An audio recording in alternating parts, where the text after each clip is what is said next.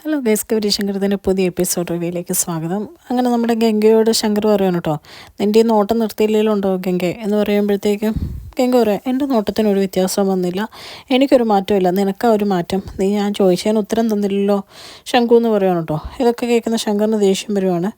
അപ്പം ഗംഗ ഇങ്ങനെ ശങ്കറിന് കൈ പിടിക്കുന്നുണ്ട് കേട്ടോ. ദേഷ്യപ്പെട്ട് ശങ്കർ പറയാണ്, ഗംഗ നീ എൻ്റെ കയ്യിൽ നിന്ന് കൈയെടുക്കാനാണ് പറഞ്ഞത്, എൻ്റെ മനസ്സിൽ ഒറ്റ പെണ്ണിനെ സ്ഥാനമുള്ളൂ, അതെൻ്റെ ഗൗരിക്ക, അത് മരണം വരെ അതങ്ങനെ തന്നെ ആയിരിക്കും എന്ന് പറയുകയാണ് കേട്ടോ. അപ്പം ഗംഗ സങ്കടം വന്ന പോലെ ഇങ്ങനെ അഭിനയിച്ച് നിൽക്കുവാണ്. ശങ്കർ അവിടെ നിന്ന് പോവുകയാണ് കേട്ടോ. എന്നിട്ട് ഗംഗ മനസ്സിൽ പറയാം, ഇപ്പം വരും അമ്മായി ആശ്വസിപ്പിക്കാമെന്ന് പറയുമ്പോഴത്തേക്കും രാധാമണി തങ്കച്ചി അങ്ങ് ചെല്ലുവാണ് കേട്ടോ. എന്നിട്ട് പറയാം, മോളെ നീ ഒട്ടും വിഷമിക്കണ്ട, അമ്മായി അതുങ്ങളെ രണ്ട് പാത്രമാക്കി തരും, എന്നിട്ട് എൻ്റെ ഗംഗമോളെ ഈ വീട്ടിൽ കൊണ്ടുവരും, അവളെ എങ്ങനെയും ഇവിടുന്ന് പുറത്താക്കണം എന്നൊക്കെ പറയുവാണ് കേട്ടോ. അപ്പോൾ ഇതൊക്കെ കേട്ട് ഗംഗ സപ്പോർട്ടായിട്ട് അഭിനയിച്ചുകൊണ്ടേ ഇരിക്കുവാണ്. എന്നിട്ട് പറയാം, ഒരടിയും കൂടെ കിട്ടിയിരുന്നെങ്കിൽ ശങ്കർ പിന്നെ ആ വിഷമത്തിൽ മോളെ അങ്ങ് സ്നേഹിച്ചനെ, സാരമില്ല നമുക്ക് പയ്യെ സെറ്റാക്കാം, മോള് ഹാപ്പി ആയിട്ടിരിക്കും എന്നൊക്കെ പറഞ്ഞിട്ട് അവിടുന്ന് പോവാണ് കേട്ടോ. പിന്നെ കാണിക്കുന്ന പ്രൊഫസറിൻ്റെ വീടാണ്. രാത്രിയിൽ എല്ലാവരും അത്താഴം കഴിക്കാൻ വേണ്ടി ഇരിക്കുവാണ് കേട്ടോ. അപ്പോൾ നമ്മുടെ മുത്തശ്ശിയൊന്നും കഴിക്കുന്നില്ല. അപ്പോൾ നമ്മുടെ നന്ദിനിയമ്മ ചോദിക്കുന്നുണ്ട്, എന്ത് പറ്റിയമ്മേ എന്ന് ചോദിക്കുമ്പോഴത്തേക്കും മുത്തശ്ശി പറയാം, ഒന്നും ഇല്ലെന്ന് പറഞ്ഞില്ലേ എന്നൊക്കെ ദേഷ്യപ്പെട്ട് പറയുവാണ് കേട്ടോ. അപ്പോൾ ആദർശ് ചോദിക്കുക വേണിയോട്, നീ വല്ല പണി ഒപ്പിച്ചോ വേണി എന്ന് ചോദിക്കുന്നുണ്ട്. പ്രൊഫസർ ആരതീനെ നോക്കുന്നുണ്ടോ. ആരതി പറയുന്നുണ്ട്, ഞാനൊന്നും ചെയ്തില്ല, അല്ലെങ്കിൽ മുത്തശ്ശിയോട് ചോദിക്കുക എന്ന് പറയണം കേട്ടോ. അപ്പോൾ വേണി പറയാം, പണ്ടൊക്കെ ആയിരുന്നു ഞാൻ ചെയ്തേനേയും കശുമാങ്ങ തലച്ചി എന്നൊക്കെ വിളിച്ചിട്ടുണ്ട്, ഇപ്പം ഞാനൊന്നും ചെയ്തിട്ടില്ല അല്ലേ മുത്തശ്ശി എന്നിങ്ങനെ ചോദിക്കുമ്പോഴത്തേക്ക് മുത്തശ്ശി ദേഷ്യപ്പെട്ട് വേണിയോട് പറയാം, നീ മിണ്ടാതെ കഴിച്ചിട്ട് പോയേ വേണിമോളെ എന്ന് പറയുകയാണ് കേട്ടോ.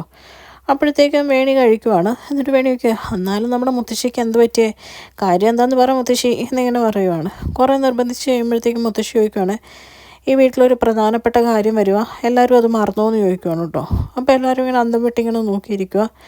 നമ്മുടെ ഗൗരിമോളുടെ പിറന്നാൾ വരുക എന്ന് പറയുകയാണ് കേട്ടോ. അത് കേൾക്കുമ്പോഴത്തേക്കും നന്ദിനിയമ്മയ്ക്കും ആദർശനും വേണിക്കൊക്കെ ഒരുപാട് സന്തോഷമാവാണ്. പ്രൊഫസർ ഇങ്ങനെ പെട്ടെന്നൊന്ന് മറന്നുപോയല്ലോ എന്ന് ഓർത്ത് ഞെട്ടി ഇങ്ങനെ നോക്കുകയാണ് കേട്ടോ. ആരതിക്ക് മാത്രം ഭയങ്കര ഒരു ദേഷ്യമാണ് മുഖത്ത്.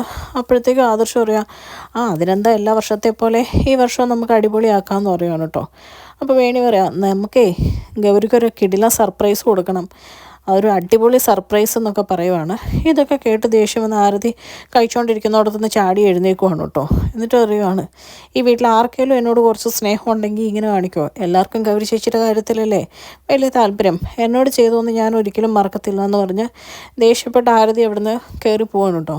അപ്പം നന്ദിനിയമ്മ പ്രൊഫസറിനെ നോക്കുമ്പോൾ പ്രൊഫസർ അവിടെ നിന്ന് എഴുന്നേറ്റ് പോവുകയാണ്. അത് കാണുമ്പോഴേക്കും നമ്മുടെ മുത്തശ്ശിക്കും നന്ദിനിയമ്മയ്ക്കും ആദർശനും വേണിക്കൊക്കെ വിഷമാവുന്നുണ്ട് കേട്ടോ. ആരും പിന്നെ ഒന്നും മിണ്ടുന്നില്ല. പിന്നെ കാണിക്കുന്നത് ശങ്കറിനെയാണ്. ശങ്കർ ഗൗരിയോട് പറയാം, ഗൗരി ഞാൻ നിന്നോട് പറഞ്ഞ പോലെ തന്നെ കേട്ടോ, ഗംഗയ്ക്ക് എന്തോ വശപ്പിശക ഉണ്ടെന്ന് പറഞ്ഞില്ലേ, അത് കറക്റ്റാന്ന് പറയുകയാണ് കേട്ടോ. അപ്പോൾ ഗൗരി ഒന്നും അറിയാത്ത പോലെ, എന്ത് വശപ്പിശക, എന്താ ശങ്കു ഉദ്ദേശിക്കുന്നതെന്നൊക്കെ ചോദിക്കുകയാണ് കേട്ടോ. അപ്പോഴത്തേക്കും പറയാം, അവൾക്ക് ഇഷ്ടമുണ്ടെന്ന് അവൾ സമ്മതിച്ചു, അതെങ്ങനെ ശങ്കർ അറിഞ്ഞതെന്ന് ചോദിക്കുമ്പോഴത്തേക്കും ശങ്കർ ഭായി ഇങ്ങനെ ഓരോ കാര്യങ്ങൾ പറയുവാണ് കേട്ടോ. എന്നിട്ട് പറയാം, എൻ്റെ പൊന്നു ഗൗരി ഞാൻ ഇത്രയും പ്രതീക്ഷയില്ല എന്നൊക്കെ പറയുമ്പോൾ ഗൗരി ഇങ്ങനെ ചിരിക്കുകയാണ് കേട്ടോ. അപ്പോഴത്തേക്കും ശങ്കർ പെട്ടെന്ന് ശ്രദ്ധിച്ചിട്ട് ചോദിക്കുക, അല്ല സ്വന്തം ഭർത്താവിനെ വേറൊരു പെണ്ണ് പ്രേമിക്കുന്നുണ്ടെന്ന് പറഞ്ഞപ്പം എന്നെ കൊണ്ട് എങ്ങനെയാണ് ഗൗരി ഇങ്ങനെ ചിരിക്കാൻ പറ്റണേ എന്നിങ്ങനെ ചോദിക്കുകയാണ് കേട്ടോ.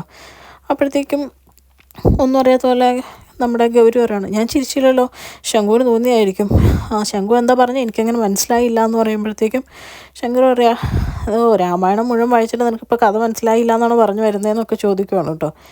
അത് കഴിയുമ്പോഴത്തേക്കും ഗൗരിയൊക്കെ ഇപ്പം നമ്മൾ എന്ത് ചെയ്യണം എന്നാണ് ശങ്കർ പറയുന്നതെന്ന് ചോദിക്കാൻ പറയണേ, അതേ ഗംഗേനെ നമ്മുടെ വഴിയിൽ നിന്ന് പുറത്താക്കാൻ ഒറ്റ മാർഗ്ഗമുള്ളൂ, അത് നിന്നെ കുറച്ചും കൂടെ ഞാനങ്ങ് തീവ്രമായിട്ട് സ്നേഹിക്കും, ഇപ്പം ഞാൻ സ്നേഹിക്കുന്നുണ്ട് പക്ഷെ അതിൽ കൂടുതലെന്ന് പറയുകയാണ് കേട്ടോ. എന്നിട്ട് ഗൗരിയോട് പറയാണ്, നീ കട്ടയ്ക്ക് നിന്നോണം എൻ്റെ കൂടെ, ഒരു പൊടിക്ക് ഗംഗയെക്കാളും കൂടുതൽ കട്ടയ്ക്ക് നീ നിന്ന് തിരിച്ചെന്നെ സ്നേഹിക്കണം എന്നൊക്കെ പറയുവാണ് കേട്ടോ. അപ്പം ഗൗരി ഇതൊക്കെ എൻജോയ് ചെയ്യുന്നുണ്ട്, ഗൗരിക്ക് അറിയാമല്ലോ ഗംഗയായിട്ടുള്ള ആക്ടിങ് ആണെന്നുള്ളത്. അപ്പം ഗൗരി ഇങ്ങനെ ശരി ശങ്കു എന്ന് പറയുമ്പോഴേക്കും ശങ്കു പറയുകയാണ്, നിൻ്റെ ഈ സെറ്റപ്പ് ഫുള്ള് മാറ്റണം, ഈ സാരിയൊക്കെ മാറ്റണം എന്ന് പറയുമ്പോഴത്തേക്കും ശങ്കറിനോട് ഗൗരി ചോദിക്കുക, സാരിയിലല്ലേ ശങ്കറിനെ കാണാൻ ഏറ്റവും ഇഷ്ടം എന്ന് ചോദിക്കുമ്പോൾ പറയുവാണ്, അതേ പക്ഷെ ഒരു പാട്ടൊക്കെ ആകുമ്പോൾ കുറച്ച് മാറ്റമൊക്കെ ആവാമെന്ന് പറയണം കേട്ടോ. അപ്പോഴത്തേക്കും ഗൗരി ചോദിക്കുക, പാട്ടോ എന്ന് ചോദിക്കും. പാട്ടും ഡാൻസും ഇനി ഇവിടെ എന്തൊക്കെയാണ് നടക്കാൻ പോകണമെന്ന് കാണാൻ പോകുന്നുള്ളൂ എന്ന് പറയുവാണ് കേട്ടോ. പിന്നെ കാണിക്കാൻ നമ്മുടെ ശേഖരൻ ഗംഗയുടെ മുറിയിൽ ചെന്ന് വാതിൽ കെട്ടുവാണ് കേട്ടോ. വാതിൽ കെട്ടിയിട്ട് പറയുകയാണ്, ശേഖരേട്ടൻ ഒരു സമ്മാനവും കൊണ്ടാണ് വന്നതെന്ന് എനിക്കൊരു സർപ്രൈസ് ഉണ്ടെന്നൊക്കെ പറയുവാണ് കേട്ടോ. അത് കഴിയുമ്പോൾ രാവിലെ എടുത്തെറിഞ്ഞ് ഗംഗ ശങ്കറിന് കൊടുത്തെറിഞ്ഞ ബോക്സും കൊണ്ട് വന്നേക്കുവാണ് കേട്ടോ. ആ ബോക്സ് ഇങ്ങനെ കാണുമ്പോഴത്തേക്കും ഗംഗ ഇങ്ങനെ ഓർക്കുവാണ് രാവിലെ സംഭവിച്ചതും. ശങ്കർ താഴേക്ക് എറിഞ്ഞു, അതങ്ങനെ കിട്ടിയതായിരിക്കും എന്ന് മനസ്സിലാവുകയാണ് കേട്ടോ.